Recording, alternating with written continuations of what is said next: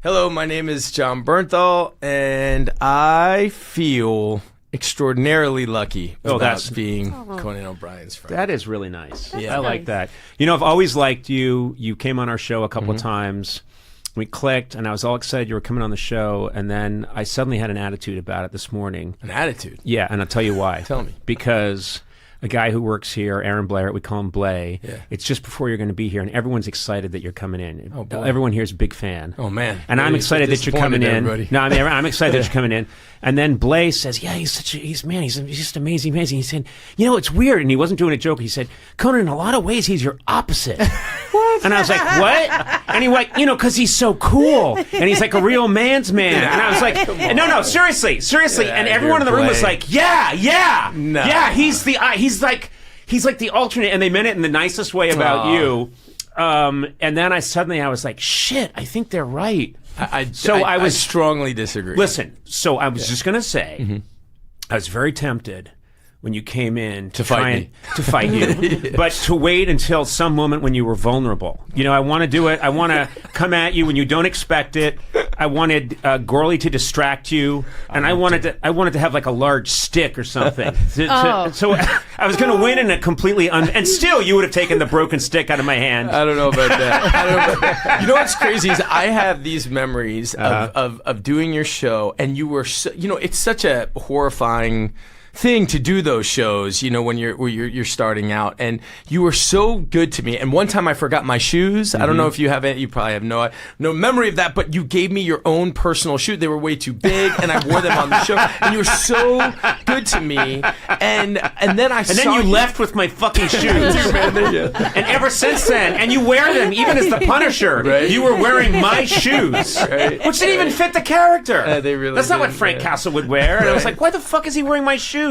But I remember seeing you at, I think it was at one of these Hollywood, I never go to these things, but it was at Lizzie Kaplan's birthday party. Yes. Like on the great Lizzie Kaplan. The best in the world. And I so love smart, Lizzie. And so funny, yeah. And I saw you there, and I was literally like, I've been on your show, can I go say hello to you? What? And I didn't. Yes. I was too shy to do it, man. Oh, that's ridiculous. So there it goes for Blay or whatever his name is. Nah, man. It's right over there in the Oh, corner. that's you, dude. Nah, man. Me and him are the same. I'm as insecure as they get, man. I was like, shit, I wish I could go. And I literally was one of those like, should I, shouldn't I, should. And I totally okay, so went John, down. here's how one of the ways we're different. Just before we started rolling on this, we were chatting, and the conversation started to get really good, and I thought, wait a minute, why aren't we rolling yet on this podcast? That's how fun it is to talk to John. And I was like, we gotta get going on this.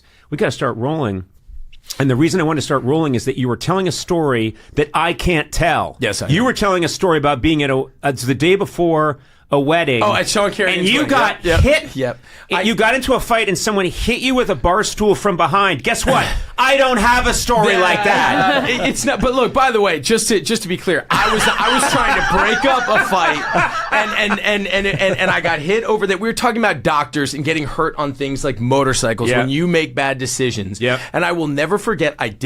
We had gotten into a fight. There's a lot of ex-pro fighters or pro fighters in Sean's family, and I was trying to break up the fight, not fight, and a guy hit me from behind with one of those outdoor bar stools, and I got knocked out for a second, and I had to get all these staples across my head, and they shaved that part of my head, and I had all this dried blood because I couldn't shower, you know, and then I had to do my best man speech looking like freaking Frankenstein. But I will never forget the look of disgust in the doctor's. You know, I went there to be treated, and it was just like, you fucking idiot. Like I have to spend my time. He was mad at you. Of course he was, because I'm out there, probably he thinks I'm talking smack at a bar, and he probably thought I totally had it coming. And, you know, I tried to sort of, you know, sell my side of the story to him. He wasn't interested at all. But John, you don't understand. You have a story about breaking up a bar fight. By the way, if a bar fight breaks out, I don't break it up, okay?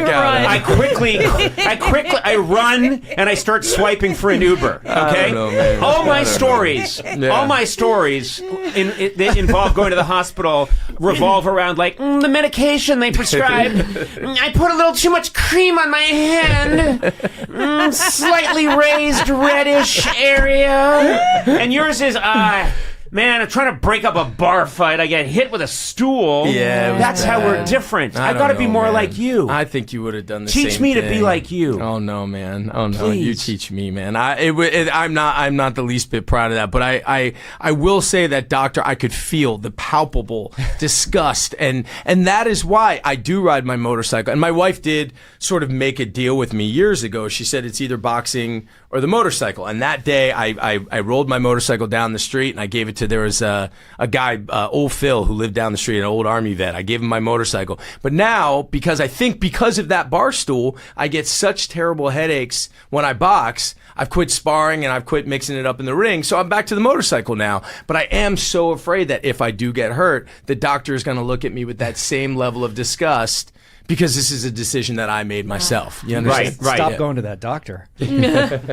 maybe this doctor's like this with everybody. You think that's right? Yeah, maybe when like a 75-year-old woman comes in and says, I think I have chest pains. You disgust me. Weakling. You Suck it up. with your weak third ventricle. Lupus, how dare you?